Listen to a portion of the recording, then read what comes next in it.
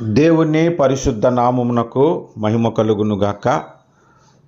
మన రక్షకుడు నజరేయుడైన యేసుక్రీస్తు నామములో మీ అందరికీ శుభములు, ఆశీర్వాదములు కలుగునుగాక. రండి దేవుని వాక్యాన్ని ధ్యానము చేద్దాము. అపోస్తుల కార్యములు 10వ అధ్యాయము 38వ వచనము. ఈ అపోస్తుల కార్యాలు 10వ అధ్యాయము 38వ వచనములో ఆ వచనమంతా కాకుండా ఆఖరిన మాటను నేను చదువుతున్నాను, దయచేసి గమనించండి. దేవుడు ఆయనకు తోడై ఉండెను గనుక ఆయన మేలు చేయుచు అపవాది చేత పీడింపబడిన వారినందరినీ స్వస్థపరచుచు సంచరించుచుండెను. ఆ మాట గమనించండి. దేవుడు ఆయనకు తోడై ఉండెను గనుక అంటే యేసుక్రీస్తు ప్రభువుకి దేవుడు తోడై ఉన్నాడు గనుక ఆయన మేలు చేయుచు అని మాట కనబడుతుంది. ఆయన మేలు చేయుచు. దేవుడు మనకి ఎన్నో మేలులు మన కొరకు చేస్తూ ఉన్నాడు. మన ప్రభువు ఆయన చేసిన మేలులు మనమే మన బలహీనతల ద్వారా పొందుకోలేకపోతున్నాము, కానీ ఆయన ఎల్లప్పుడూ మేలు చేయు దేవుడుగానే మనకి కనబడుతున్నాడు. ద్వితీయోపదేశ కాండము 30వ అధ్యాయము 30వ అధ్యాయము 15వ వచనం చదువుతున్నాను, చూడండి. 15వ వచనము, 30వ అధ్యాయము 15వ వచనం. చూడుము, నేడు నేను జీవమును మేలును మరణమును కీడును నీ ఎదుట ఉంచి ఉన్నాను అన్నాడు. చూడుము, నేడు జీవమును మేలును మరణమును కీడును నీ ఎదుట ఉంచి ఉన్నాను అంట. అపోస్తుల కార్యములలో ఏమో అన్ని మేలులు ఆయన చేస్తూ ఉన్నాడంట. దేవుడు ఆయనకు తోడున్నాడు కాబట్టి ప్రభువు మేలులు చేస్తున్నాడని కనబడుతుంది. ఇక్కడ చూడుము, నేడు నేను జీవమును మేలును మరణమును కీడును నీ ఎదుట ఉంచి ఉన్నాను అన్నాడు. అంటే మేలులు కూడా దేవుడు మన ఎదుట ఉంచాడు. ఇక మనం మేలు పొందుకోలేకపోవటానికి ఏమైనా బలహీనతలు ఉంటాయి మన దగ్గరే, కానీ దేవుడు మేలు చేయని వాడైతే కాదు. ఆయన ఎల్లప్పుడూ మేలు చేయువాడనే బైబిల్ మనకి నేర్పిస్తుంది.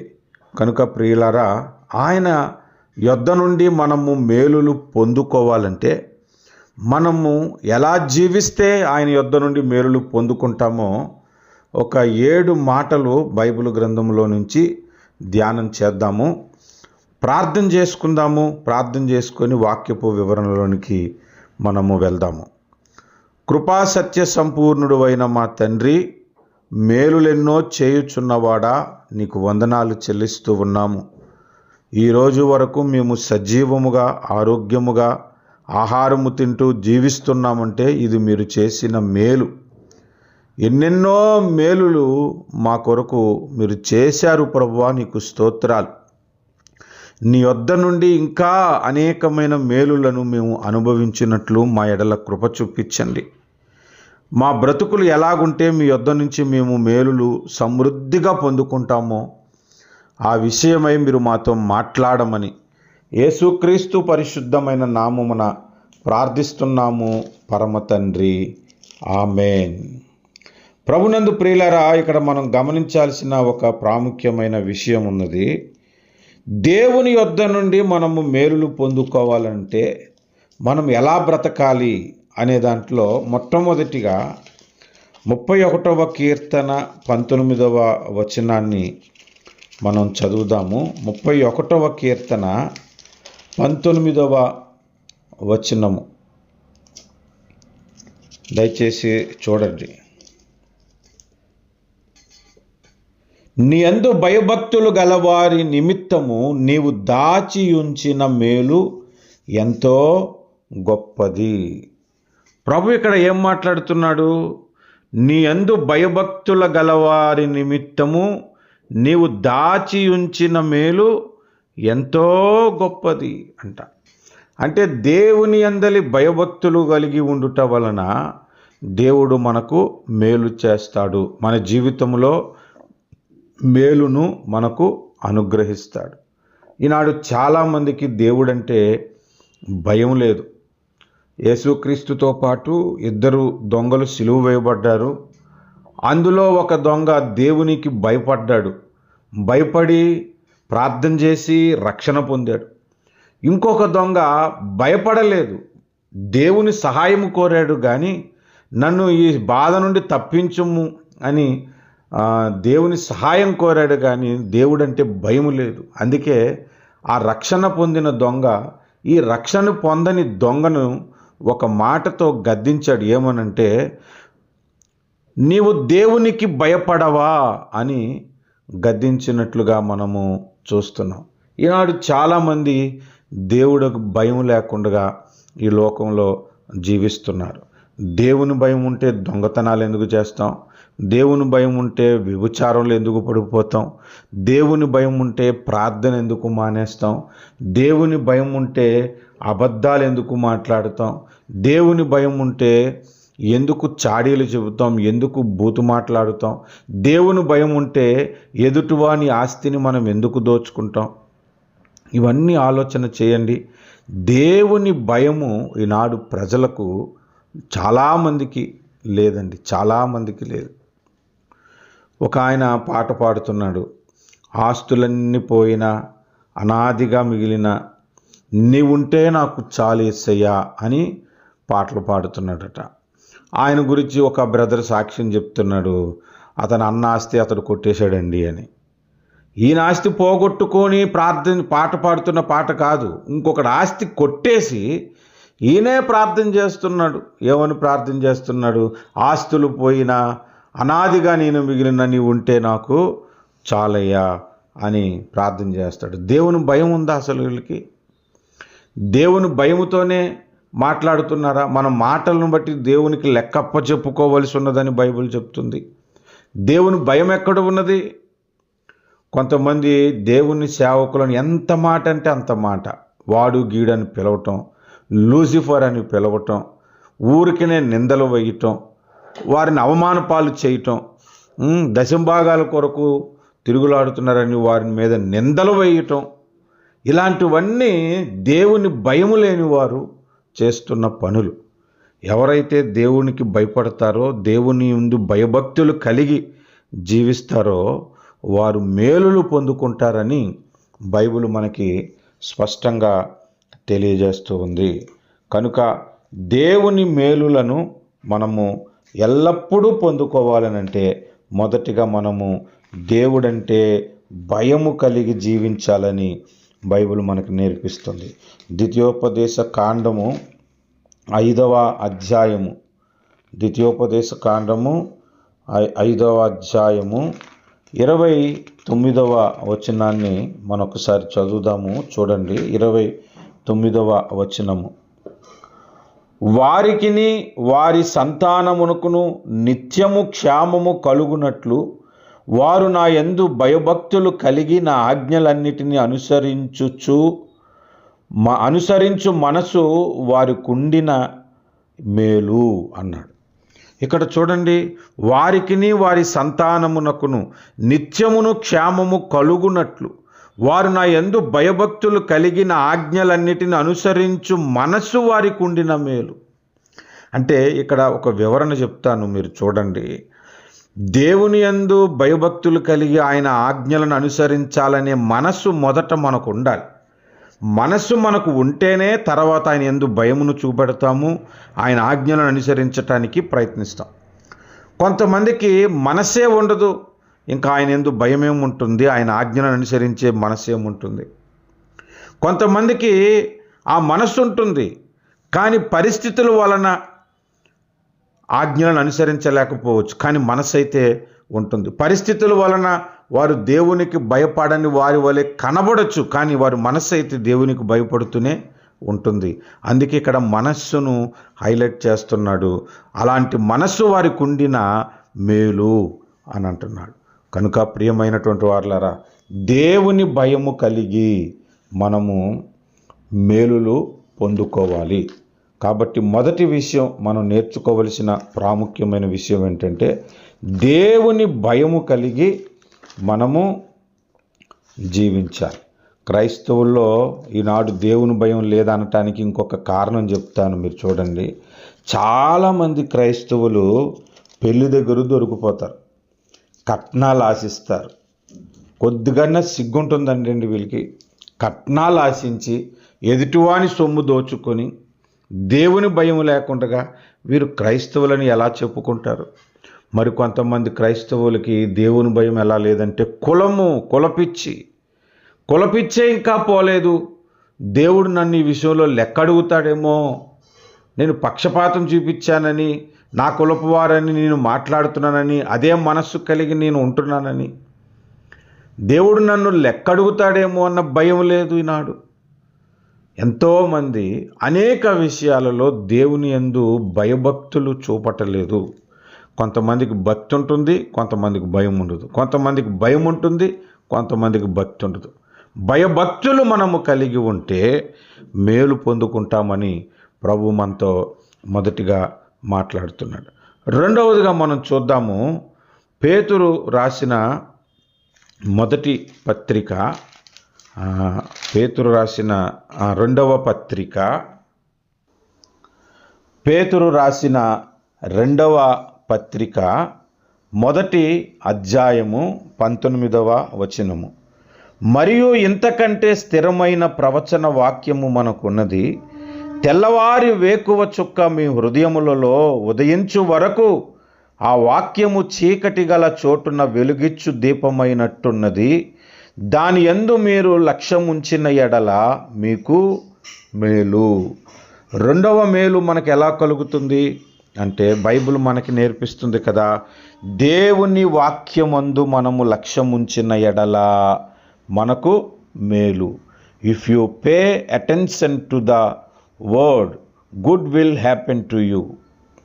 బైబిల్ మనకు నేర్పిస్తున్న రెండవది. మొట్టమొదటిగా దేవుడు మనకి ఏమి నేర్పిస్తున్నాడంటే యెహోవా యందు భయభక్తులు కలిగి ఉండాలి, అప్పుడు మనం మేలు పొందుకుంటాము అని తెలియజేస్తుంది. If you fear God, he will do good to you.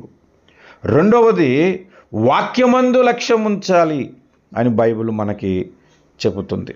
ఈనాడు చాలామంది క్రైస్తవులకి వాక్యము మీద లక్ష్యము లేదు, మ్యూజిక్ మీద లక్ష్యం ఉన్నది, చర్చిల్లో డాన్సులు వేయటం లక్ష్యం ఉన్నది, మంచి మంచి పెద్ద పెద్ద చర్చిలు చూసుకొని ఆ చర్చ్ మెంబర్స్ అనిపించుకోవటానికి లక్ష్యం ఉన్నది, మంచి బట్టల మీద లక్ష్యం ఉన్నది, ఆస్తులు సంపాదించుకోవటానికి లక్ష్యం ఉన్నది. కానీ వాక్యమందు లక్ష్యము లేనటువంటి విశ్వాసులు ఉన్నారు, సేవకులు కూడా ఉన్నారు. వాక్యమందు ఎప్పుడైతే మనము లక్ష్యం ఉంచుతామో దేవుడు మనలను దీవిస్తాడని బైబిల్ మనకి నేర్పిస్తుంది. కనుక ప్రియులారా, వాక్యమందు మనము లక్ష్యం ఉంచాలి. ఇర్మియా గ్రంథము 37వ అధ్యాయము 1-2 వచనాలు మనం చూద్దాం. ఇర్మియా గ్రంథము 37వ అధ్యాయము 1-2 వచనాలు. బబులోను రాజైన నెబుకద్నెజరు యోధా దేశములో రాజుగా నియమించిన యెషయా కుమారుడగు సిద్కియా యెహోయాకీము కుమారుడైన కొన్యాకు ప్రతిగా రాజ్యము చేయుచుండెను. అతడైనను అతని సేవకులైనను దేశ ప్రజలైనను యెహోవా ప్రవక్త అయిన ఇర్మియా చేత సెలవిచ్చిన మాటను లక్ష్య పెట్టలేదు. ఇక్కడ చూడండి, అతడైనను అతని సేవకులైనను దేశ ప్రజలైనను దేవుని మాట మీద లక్ష్యముంచలేదు అని బైబిల్ మనకి తేటగా చెబుతుంది. అంటే దేవుని మాటలు వారికి ప్రకటింపబడ్డాయి, దేవుని మాటలు వారికి తెలియజేయబడ్డాయి, అయినా ఆ మాటల యందు లక్ష్యముంచలేదు. ఈనాడు క్రైస్తవ సమాజంలో కూడా చాలామంది దేవుని మాటల యందు లక్ష్యముంచటలేదు, దేవుని మాటలను పట్టించుకోవట్లేదు. అరుపులు కేకలతోనూ మంచి మంచి దుస్తులతోనూ పెద్ద పెద్ద మందిరాలతోనూ ఇదే భక్తి అనుకునే భక్తి జీవితం అయిపోయింది వాళ్ళకి. కానీ వ్యర్థమైన భక్తి చేస్తున్నారు. కానీ దేవుని మాటల యందు లక్ష్యం ఉంచిన వాడైతే ప్రతిరోజు బైబిల్ చదువుతాడు, ప్రతిరోజు వాక్యాన్ని ధ్యానిస్తాడు, వాక్యములోని విషయాలు నేర్చుకోవటానికి తహతహలాడుతాడు, ప్రయత్నం చేస్తాడు. అసలు వాక్యమే లేకపోతే మనకు రక్షణ ఎలా కలుగుతుందండి? మనం ఎలాగూ ప్రభువునందు విశ్వసించగలుగుతాము? మనకు విశ్వాసం కలిగిందని అంటే ఆయన మాటలను నమ్ముటను బట్టే కదా మనకు విశ్వాసం కలిగింది. ఆయన మాటలు మనకి ప్రకటింపబడిన బట్టే కదా మనకు విశ్వాసం కలిగింది. ఆయన వాక్యమే లేకుండగా నీ జీవితంలో ఆ వాక్యము మీద లక్ష్యం ఉంచకుండగా దేవుని యొద్ద నుంచి మేలు ఎలా పొందుకుంటాం? అపోస్తుల కార్యాలు 16వ అధ్యాయం 14వ వచనములో లూదియా అను ఒక దైవ భక్తి గల ఒక స్త్రీ ఉందంట. ఆమె పౌలు వాక్యం చెప్తుంటే వినుతుంది. ఆమె ఉదారంగు పొడిని అమ్ముకొను తూయితైర పట్టణస్థురాలు అని కూడా బైబిల్ చెప్తుంది. ప్రభువు ఆమె హృదయము తెరచెను గనుక పౌలు చెప్పిన మాటల యందు లక్ష్యముంచెను అని. అంటే దేవుని మాటల యందు లక్ష్యముంచింది. కాబట్టి ఆమె రక్షణ పొందటమే కాదు, ఆమె ద్వారా తుయతైరాను సంఘము కూడా స్థాపించబడింది. మనకు ప్రకటన గ్రంథములో 7 సంఘాల్లో ఒక సంఘము, ఆ సంఘానికి మొట్టమొదటి విశ్వాసి ఎవరంటే ఈ లుదియాను స్త్రీ. ఆమె ద్వారానే ఆ సంఘం అక్కడ స్థాపించబడింది. నీవు దేవుని మాటల యందు లక్ష్యం ఉంచితే నీవు నీ కుటుంబము రక్షింపబడుతుంది. నీ కుటుంబమే ఒక సంఘానికి పునాదిగా, ఒక సంఘానికి ప్రారంభానికి ఉపయోగకరముగా దేవుడు మలిచేస్తాడు. కనుక దేవుని వాక్యమందు లక్ష్యం ఉంచాలి, అది మనకు మేలు. అపోస్తుల కార్యాలు 8వ అధ్యాయము 6వ వచనములో మనం చూస్తే పిలుపు సేవ చేస్తున్నాడు. జన సమూహములు విని పిలుపు చేసిన సూచక్రియలను చూచినందున అతడు చెప్పిన మాటల యందు ఏక మనసుతో లక్ష్యముంచగా. ఆ మాట మీరు గమనించారా?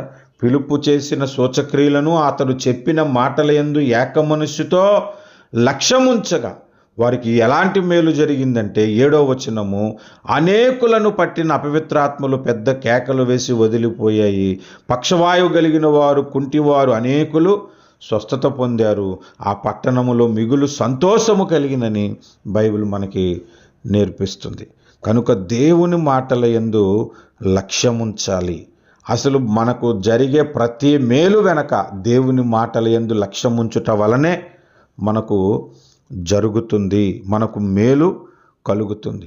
ఈనాడు దేవుని మాటల యందు లక్ష్యముంచక ఎంతోమంది నశించిపోయారు, ఎంతోమంది దేవునికి దూరం అయిపోయారు. పైకి భక్తిగా ఉంటున్నారు కానీ ఆ భక్తిలోని శక్తిని ఆశ్రయించలేకపోతున్నారు. ఈనాడు చాలామంది వాక్యమును పునాది మీద వారి జీవితాలు కట్టుకోవటం లేదు, డబ్బును పునాది మీద వారి జీవితాలు కట్టుకుంటున్నారు, అద్భుతాలను పునాది మీద వారి జీవితాలు కట్టుకుంటున్నారు. వాక్యము మీద ఎక్కడ కట్టుకుంటున్నారు? ఈ నా మాటలు విని వాటి ప్రకారము చేయువాడు బండ మీద ఇల్లు కట్టుకొనిన వాని పోలి ఉండునని ప్రభు చెబుతున్న మాటల మీద ఎవరు దృష్టి పెడుతున్నారు? దేవుని మాటల యందు, దేవుని వాక్యమందు ఎవరైతే లక్ష్యం ఉంచుతారో వారికి మేలు కలుగుతుంది. ఇది రెండవదిగా దేవుడు మనకి నేర్పిస్తున్న పాఠం. మూడవ విషయాన్ని ధ్యానం చేద్దాము. మూడవ విషయాన్ని కొరింథీయులకు రాసిన మొదటి పత్రిక 2వ అధ్యాయము 9-10 వచనాలు మనం చూస్తే, ఇందును గూర్చి దేవుడు తన్ను ప్రేమించు వారి కొరకు ఏవి సిద్ధపరిచేనో అవి కంటికి కనబడలేదు, చెవికి వినబడలేదు, మనుష్య హృదయమునకు గోచరము కాలేదు అని వ్రాయబడి ఉన్నది. మనకైతే దేవుడు వాటిని తన ఆత్మ వలన బయలుపరిచి ఉన్నాడు. ఆ ఆత్మ అన్నిటినీ, దేవుని మర్మములను కూడా పరిశోధించుచున్నాడు. ఈ మాటలు చూసారా? దేవుడు తన్ను ప్రేమించు వారి కొరకు ఏవి సిద్ధపరిచెను అంటే దేవుని ప్రేమించు వారికి మేలు కలుగుతుందన్నమాట.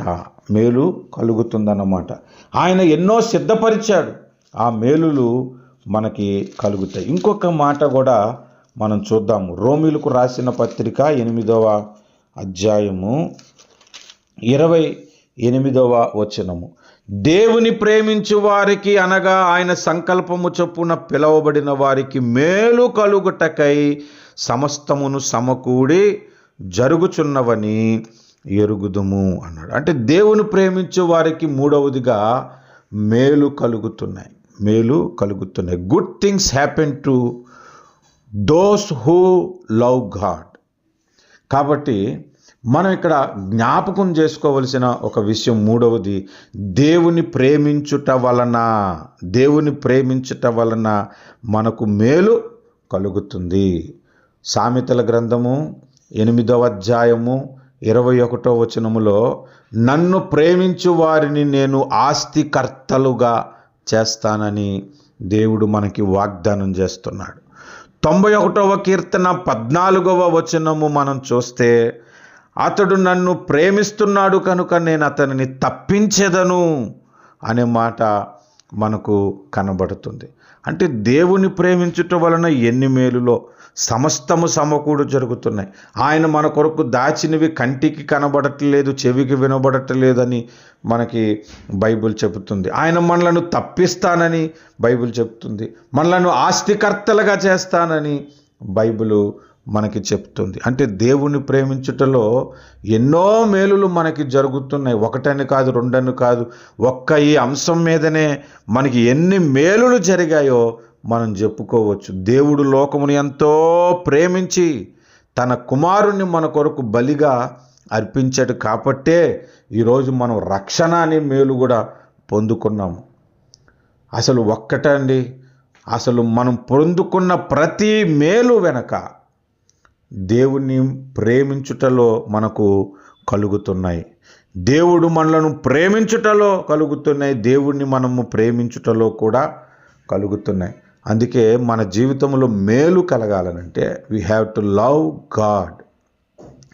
దేవుణ్ణి ఎలా ప్రేమించాలో కూడా బైబిల్ చెప్తుంది. అన్నిట్లకంటే మొదటి స్థానం ఆయనకిచ్చి ప్రథమముగా ఆయనను మొదటిగా మనము ప్రేమించాలని బైబిల్ చెప్తుంది. నీ తల్లి కంటే, తండ్రి కంటే, అన్నదమ్ముల కంటే, రక్త సంబంధుల కంటే, బంధువుల కంటే, ప్రియుడి కంటే, ప్రియురాలు కంటే, భార్య కంటే, భర్త కంటే, ఆఖరికి నీ ప్రాణముతో సహా మొదటి స్థానము దేవునికిచ్చి మనం ప్రేమించాలని బైబిల్ చెప్తుంది. ఎవరైతే దేవుని ప్రేమిస్తారో వారికి అధికమైన మేలులు దేవుడు జరిగిస్తాడు. ఇది మూడవది. మనం దేవుని యొద్ద నుంచి మేలులు పొందుకోవాలంటే మొట్టమొదటిగా యెహోవా యందు భయభక్తులు కలిగి ఉండాలి. రెండవది వాక్యమందు లక్ష్యముంచాలి. మూడవది దేవుణ్ణి అధికముగా మనము ప్రేమించాలి. నాలుగవదిగా మనం చూద్దాము బైబిల్ గ్రంథములో నుంచి మేలులు మనం పొందుకోవాలి అని అంటే 84వ కీర్తన 11వ వచనాన్ని చూద్దాము. 84వ కీర్తన 11వ వచనము. దేవుడైన యెహోవా సూర్యుడును కేడెమునై ఉన్నాడు. యెహోవా కృపయు ఘనతయు అనుగ్రహించును. యథార్థముగా ప్రవర్తించు వారికి ఆయన ఏ మేలును చేయక మానడు. యథార్థముగా ప్రవర్తించు వారికి ఆయన మేలు చేస్తానని బైబిల్ చెప్తుంది. Good will come to those who live with integrity. Bible మనకు చెప్తున్న మాట గమనించండి. యథార్థత. ఈనాడు ఎక్కడుంది యథార్థత? మాటల్లోనే యథార్థత లేదు. కొంతమంది నా వాక్యాన్ని వింటూ ఆయా సంఘాల్లో బోధించుకుంటారు, కానీ ఫలాని దగ్గర నేను నేర్చుకున్నానని ఒక్క మాట చెప్పరు.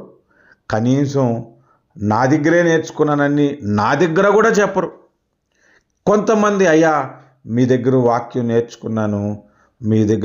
నేర్చుకుని మా సంఘంలో నేను బోధించుకున్నాను అయ్యా, కాస్త అటు ఇటుగా మార్చుకొని నాకు దేవుడు బయలుపరిచినవి కూడా కొన్ని యాడ్ చేసుకొని బోధించుకున్నాను అని చెప్పేవాళ్ళని చూశాను. కొంతమంది నా ప్రసంగమే నాకు చెప్పి దేవుడు నాకు బయలుపరిచాడని నాకే చెప్పినటువంటి వారిని కూడా చూశాను. అంటే యథార్థత లేని వారు చాలా విషయాల్లో ఉన్నారు. ఇంకా యథార్థం గురించి మాట్లాడుకుంటే కొంతమంది వారు కులపోల్ని ప్రేమించుకుంటారు, వాళ్ళని పిలుచుకుంటారు. అక్కడ యథార్థత ఎలాగుంది? మాటల్లో యథార్థత ఉండదు, ప్రవర్తనలో యథార్థత ఉండదు, చేసే పనులలో యథార్థత ఉండదు. ఏదైనా పని చెప్తే దాన్ని పర్ఫెక్ట్గా చేయాలన్న పర్ఫెక్షనిజం ఉండదు కొంతమందికి. ఏదో చేసామంటే చేసామన్నట్లు చేసి పడేస్తారు. యథార్థవంతులకి దేవుడు ఏ మేలు చేయక మానడు అంట. అసలు యథార్థవంతుల కొరకు యెహోవా కన్నులు వెదుకుచున్నవని బైబిల్ మనకు చెప్తుంది. యెషయా గ్రంథం 38వ అధ్యాయం మనం చదివితే హిజ్కియా ప్రార్థన చేస్తున్నాడు, ప్రభువా యథార్థముగా నేను ఎలా ప్రవర్తించానో ఒక్కసారి జ్ఞాపకం చేసుకో అని ప్రార్థించాడు. యోబు గ్రంథం 1వ అధ్యాయం 5 వచనాలు చదివితే దేవుడే సాక్ష్యం ఇస్తున్నాడు యోబు గురించి, అతడు యథార్థవంతుడు, నా యందు భయభక్తులు కలిగిన వాడు అని. దేవుడు నీ కొరకు ఈ విధంగా చెప్పగలడా ఇతడు యథార్థవంతుడని? యథార్థంగా బ్రతికానని హిజ్కియా తన గురించి తాను చెప్పుకొని దేవుని ఎదుట ప్రార్థించాడు. మనం అలా చెప్పుకోగలమా? మన మాటల్లో యథార్థత ఉందా? మన ప్రవర్తనలో యథార్థత ఉందా? మన చూపుల్లో యథార్థత ఉందా? మనం చేస్తున్న పనులలో యథార్థత ఉన్నదా? యథార్థంగా ఉంటే ఆయన ఏ మేలును చేయక మానడు అంట. ఏ అనే మాటను మనం దృష్టించండి. అంటే ప్రతి మేలును కూడా ఆయన మనకు చేస్తాడు. ఒక్క మేలు కూడా మన జీవితంలో మిస్ కాదంతే. అలాంటిగా దేవుని యొద్ద నుంచి మనం మేలులను పొందుకోవాలి అని అంటే 4వదిగా మనకు ఉండాల్సింది యథార్థత. 5వ విషయాన్ని మనం బైబిల్లో నుంచి చూద్దాము. 95వ కీర్తన 7వ వచనాన్ని చదువుదాం. 97వ కీర్తన 95వ కీర్తన 7వ వచనము.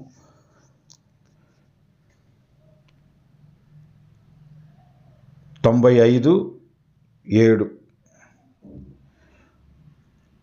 రండి నమస్కారము చేసి సాగిలపడుదము, మనలను సృజించిన యెహోవా సన్నిధిని మోకరించుదము.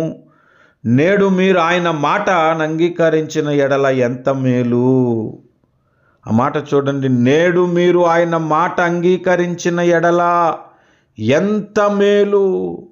Good will happen to those who accepted the word of God. ఆయన మాటను మనము అంగీకరించాలి. అపోస్తుల కార్యాలు 2వ అధ్యాయంలో పేతురు ప్రసంగిస్తే ఆయన వాక్యమును అంగీకరించి 3000 మంది బాప్తిస్మము పొందినట్లుగా మనం బైబిల్లో చూస్తున్నాం. ఇంకొకటి మాట మనం జ్ఞాపకం చేసుకుంటే లూకాసు వార్త 5వ అధ్యాయములో రాత్రంతా చేపలు పట్టడానికి ప్రయత్నించారంట సీమోనుతో ఉన్నటువంటి కొంతమంది ప్రభువుని వెంబడించినటువంటి శిష్యులు. రాత్రంతా ప్రయాసపడ్డారు కానీ వాళ్ళకేమీ దొరకలేదు. అయితే ప్రభు వాళ్ళతో మాట్లాడుతున్నాడు 4వ వచనంలో, నీవు దోణెను లోతునకు నడిపించి చేపలు పట్టుటకు మీ వలలు వేయుడని సీమోనుతో చెప్పగా, సీమోను, ఏలినవాడా, రాత్రంతయు మేము ప్రయాసపడితేమి గాని మాకేమీ దొరకలేదు, అయినను నీ మాట చొప్పున వలలు వేతునని ఆయనతో చెప్పాను. ఆయన మాట చొప్పున వలలు వాళ్ళు ఎప్పుడైతే విసిరారో విస్తారమైన చేపలు పడ్డాయంట. వలలు పిగిలిపోయేంత చేపలు పడ్డాయి. ఆ విస్తారమైన చేపలు ఎలాంటివంటే మరో 2 దోణులను నింపగలిగినంత విస్తారమైన చేపలు పడ్డాయి. కాబట్టి ఆయన మాట అంగీకరించాలి. వినటం కాదు, వినటం వేరు, గ్రహించటం వేరు, అంగీకరించటం వేరు. ఆయన మాట వినాలి, గ్రహించాలి, అంగీకరించాలి. అంగీకరిస్తే వాళ్ళకి మేలు కలుగుతుంది. దేవుని మాటను అంగీకరించటం అంటే యేసయ్యను అంగీకరించటమే. యోహాను సువార్త 1వ అధ్యాయం 12వ వచనంలో, ఎందరైతే ఆయనను అంగీకరించుదరో వారు దేవుని కుమారులనుటకు అధికారము కలిగి ఉంటారని మనకు వాక్యం సెలవిస్తుంది. ఆయన మాటను మనము అంగీకరించాలి. అప్పుడు మన జీవితంలో మేలు కలుగుతుంది. సౌలుకి దేవుడు కొన్ని మాటలు చెప్పాడు. అమ్మోనీలను సంపూర్ణముగా నాశనం చేసే ఒక్కరిని బ్రతకనివ్వద్దు, పశువులు కానీ దేన్ని బ్రతకనివ్వద్దు అని అంటే మంచి మంచి పశువులన్నిటినీ పక్కన పెట్టి వాటిని చంపకుండా, అలాగే అమూల్యమైన రాజును కూడా చంపకుండా బంధించి తీసుకొని వచ్చాడు. దేవునికి చాలా కోపం వచ్చింది. ఆయన మాట ఎక్కడ అంగీకరించాడు? ఆయన మాట సగం సగం అంగీకరించాడు అన్నమాట. అక్కడ మనం ఆలోచిస్తే ఆయన మాట అంగీకరించినప్పుడు మనకు మేలు కలుగుతుంది, మేలు కలుగుతుంది. ఇది 5వ విషయం, మనం నేర్చుకోదగినటువంటి విషయం. దేవుని వద్ద నుంచి మనం మేలులు పొందుకోవాలంటే మొదటిగా యెహోవా యందు భయభక్తులు కలిగి ఉండాలి, 2వది వాక్యమందు లక్ష్యం ఉంచాలి, 3వది దేవుణ్ణి ప్రేమించాలి, 4వది యథార్థంగా జీవించాలి, 5వది ఆయన మాట అంగీకరించాలి, 6వది మనం గమనిస్తే మనకు మేలు కలగాలి అని అంటే 34వ కీర్తన 10వ వచనంలో రాయబడిన ఒక మాటను మనం చూద్దాం. 34వ కీర్తన 10వ వచనము.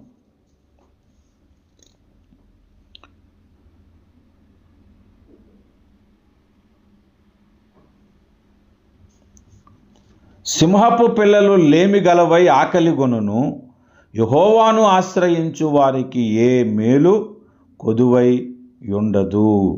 ఆ మాట మీరు గమనించారా? యెహోవాను ఆశ్రయించు వారికి ఏ మేలు కొదువై ఉండదు అని చెబుతూ సింహపు పిల్లలను గూర్చి మాట్లాడుతున్నాడు. అంటే సింహము అసలు లేమి కలిగి ఉండటానికి అవకాశం లేదు, ఒక రాజు అన్నమాట అడవికి. అలాగే రాజులకైనా లేమి కలుగుతుందేమో కానీ యెహోవాను ఆశ్రయించు వారికి లేమి కలుగదు, ఆయన ఆశ్రయించు వారికి ఏ మేలు కొదువై ఉండదు అని మనకి ఇక్కడ బైబిల్ చెప్తుంది. మనం దేవుని వద్ద నుంచి మేలులు పొందుకోవాలనంటే ఆయన్ని మనము ఆశ్రయించాలని బైబిల్ చెప్తుంది. ఒకసారి మనం బైబిల్లోని చూస్తే 2వ దినవృత్తాంతాల గ్రంథము 26వ అధ్యాయము 5వ వచనంలో ఉజ్జియాను రాజు దేవుని ప్రత్యక్షత విషయమందు తెలివి కలిగిన జకరియా దినములలో అతడు దేవుని ఆశ్రయించెను, అతడు యెహోవాను ఆశ్రయించినంత కాలము దేవుడు అతనిని వర్ధిల్లజేశాను. 2వ దినవృత్తాంతములు 26:5వ వచనంలో మనం చదువుతున్నాం. ఉజ్జియాను గూర్చి అక్కడ వ్రాయబడి ఉంది. దేవుడిని ఆశ్రయించినంత కాలము అతడు వర్ధిల్లుతూనే ఉన్నాడు. అంటే దేవుణ్ణి ఆశ్రయించని కాలము కూడా ఒక సందర్భంలో ఆయనకు వచ్చింది. ఆయన సంపాదించిందంతయు పోగొట్టుకోవలసి వచ్చింది, ఆయన వర్ధిల్లిందంతయు నాశనం చేసుకోవలసిన పరిస్థితి ఆయనకు వచ్చేసింది. దేవుణ్ణి ఆశ్రయించాలి, అప్పుడు మనము వర్ధిల్లుతాం. దేవుణ్ణి ఆశ్రయిస్తే మనకు మేలులు కలుగుతాయని బైబిల్ మనకి నేర్పిస్తుంది ప్రియులారా. కనుక దేవుని యొద్ద నుంచి మేలులు పొందుకోవాలంటే 6వదిగా దేవుణ్ణి ఆశ్రయించాలి. 6వ మాట 7వ మాట నేను చెప్పి నేను ముగిస్తాను. ఇర్మియా గ్రంథము 6వ అధ్యాయము 16వ వచనము. ఇర్మియా గ్రంథము 6వ అధ్యాయము 16వ వచనము.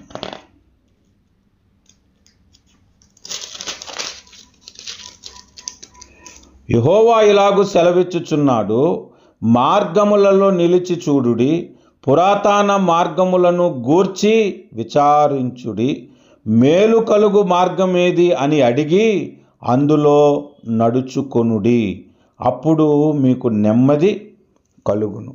మేలు కలుగు మార్గమేది అని అడిగి అందులో నడుచుకొనుడి అంట. మేలు కలిగే మార్గం ఏదై ఉంటుంది? అది ఖచ్చితంగా యెహోవా ఏర్పాటు చేసిన మార్గములే. ఆయన చేసిన మార్గములలో మనకు మేలు కలుగుతుంది. అంటే ఆయన మార్గములలో మనము నడుచుకొనినప్పుడు మనకు మేలు కలుగుతుందని బైబిల్ చెప్తుంది. Good will come to those who walk in the ways of God. కనుక ఏడవదిగా మనం నేర్చుకోవలసిన విషయము, ఆయన మార్గంలో నడుచుకొనుటను బట్టి మనకు మేలు కలుగుతుంది. ఆయన ఎన్నో మార్గాలు మనకి చూపించాడు. మన ధనము విషయంలో ఎలా ఉండాలో మార్గం చూపించాడు, ప్రార్థన విషయంలో మార్గము చూపించాడు, వాక్యము విషయంలో మార్గము చూపించాడు, మందిరము విషయంలో మార్గము చూపించాడు, ప్రవర్తన విషయంలో మార్గము చూపించాడు, విశ్వాస విషయంలో మార్గము చూపించాడు, పరిశుద్ధత విషయంలో మార్గము చూపించాడు. అనేకంగా ఆధ్యాత్మిక జీవితంలో ప్రతి విషయంలో వాక్యము ద్వారా దేవుడు మనకి మార్గము చూపించాడు. ఆ మార్గములను మనం పరీక్షించి మేలుకరమైన మార్గములలో మనము నడుచుకోమని బైబిల్ చెబుతుంది. అప్పుడు మేలులు సమృద్ధిగా మనము ప్రభు యొద్ద నుంచి పొందుకుంటాం. కనుక ప్రియమైనటువంటి వారులారా, దేవుని యొద్ద నుంచి మనం మేలులు పొందుకోవాలంటే ఒక 7 విషయాలను దేవుడు ఈ దినమందు మనతో మాట్లాడాడు. ఈ 7 విషయాలలో మన ఆధ్యాత్మిక జీవితాన్ని సరిచేసుకుందాం, జాగ్రత్త చేసుకుందాము. దేవుని యొద్ద నుంచి ఆత్మ సంబంధమైన మేలులు, ఈ లోక సంబంధమైన మేలులు, విశ్వాసమునకు సంబంధించిన మేలులు, పరలోక సంబంధమైన మేలులు కూడా సమృద్ధిగా మనమందరము పొందుకుందుముగాక. రండి ప్రార్థన చేసుకుందాము. కృపగలిగిన మా తండ్రి, దయగలిగిన మా తండ్రి, నీకు కృతజ్ఞతలు, స్తోత్రాలు, స్తుతులు అర్పిస్తున్నాము దేవా. కరుణా సంపన్నుడవు, కృపాసాగరుడవు, సత్యదేవుడవు, నీకు వందనాలు, స్తోత్రాలు చెల్లిస్తూ ఉన్నాము తండ్రి. ఒక్కసారి మమ్ములను మీ దయగలిగిన నామమున జ్ఞాపకమును చేసుకొని అయా నీ యందు భయభక్తులతో మేలులు పొందుకోవటానికి, నీ వాక్యమందు లక్ష్యముంచి మేలులు పొందుకోవటానికి, నిన్ను అధికముగా ప్రేమించి మేలులు పొందుకోవటానికి, యథార్థముగా జీవించి మేలులు పొందుకోవటానికి, నీ మాట అంగీకరించి మేలులు పొందుకోవటానికి, నిన్ను ఆశ్రయించి మేలులు పొందుకోవటానికి, నీ మార్గములలో నడిచి మేలులు పొందుకోవటానికి మా ఎడల మీరు కృప చూపించండి నాయన. సహాయము చేయమని ప్రార్థన చేస్తూ ఉన్నాం ప్రభా. అయా భయభక్తులు మేము కలిగి ఉండుట మాకు నేర్పండి నాయన. అయా వాక్యమందు లక్ష్యముంచటానికి ఆసక్తితో మమ్ములను నింపండి తండ్రి. నిన్ను ప్రేమించు వారుగా చేయండి నాయన. యథార్థంగా మేము జీవించలేకపోతున్నాం, తప్పిపోతున్నాం. యథార్థమైన మనస్సు మాకు అనుగ్రహించమని వేడుకుంటున్నాము తండ్రి. నీ మాట అంగీకరించే కృప మాకు దయచేయండి నాయన. నిన్ను ఆశ్రయించగలిగిన సామర్థ్యము, శక్తి మాలో నింపండి తండ్రి. ఆ తలంపుతో నింపండి, ఆలోచనతో నింపండి. అయా మీ మార్గంలో నడిచే కృపాభాగ్యమును మాకు అనుగ్రహించమని ప్రార్థిస్తున్నాం. మీరే మీ ఆత్మ ద్వారా మాకు సహాయం చేయండి. పరిశుద్ధాత్ముడా, వీటి విషయంలో మేము బలహీనులము, మాకు బలమును దయచేయమని వేడుకుంటున్నాము. కరుణించండి, కనికరించమని, నీ కృపా బాహుల్యము చేత మమ్ములను నడిపించి మహిమ తెచ్చుకొనమని యేసు పరిశుద్ధ నామమున ప్రార్థిస్తున్నాము మా ప్రియమైన పరలోకపు తండ్రి. ఆమేన్. యేసు రక్తం జయం, ప్రభు యేసు రక్తం జయం, శిలువ రక్తం సంపూర్ణ విజయం, అపవాది క్రియలకు అనంత నాశనము కలుగునుగాక. ఆమేన్, ఆమేన్, ఆమేన్. Please subscribe to our channel, press the notification button and like our videos. Thank you for watching.